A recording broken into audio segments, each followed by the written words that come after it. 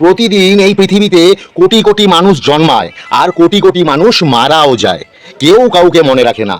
এই কোটি কোটি মানুষের মধ্যে তুমি যদি তোমার অস্তিত্বকে রাখতে চাও, তাহলে তোমাকে ঠিক বাঁশ গাছের মতন হতে হবে। বাঁশ গাছকে দেখেছো? মাথা উঁচু করে সবসময় দাঁড়িয়ে থাকে, কারো সামনে মাথা ঝোঁকায় না। কারণ তুমি তখনই মাথা উঁচু করে কারোর চোখের দিকে তাকিয়ে কথা বলতে পারবে যখন তুমি সৎ হবে, যখন তোমার মধ্যে কপটতা থাকবে না, চালাকি থাকবে না, তুমি নিষ্কাম কর্ম করবে। আবার যখন খুব ঝড় আসে, যখন সব গাছ ভেঙে যায়, বাঁশ গাছ কিন্তু মাথাটা ঝুঁকিয়ে নেয়, অর্থাৎ পরিস্থিতিকে সম্মান দেয়। যখন পরিস্থিতি তোমার বিরুদ্ধে, বিপরীতে, সেই সময় তোমার ঝুঁকে পড়লেই রক্ষা হবে। তাই বাঁশ গাছের থেকে শিক্ষা নাও। কারণ একটা বাঁশ কেটে দিলে বা বাঁশ গাছের যতক্ষণ গোড়া আছে ততক্ষণ সেই বাঁশ গাছকে বিনাশ করা যায় না। তুমি যতই কাটো সে আবার হবে আর লম্বা সোজা হয়ে উঠবে। সেই রকমই আমাদেরও যতক্ষণ না মৃত্যু আসছে ততক্ষণ অবধি হার স্বীকার করতে নেই, ক্রমাগত সততার সাথে লড়াই করে যেতে হয়।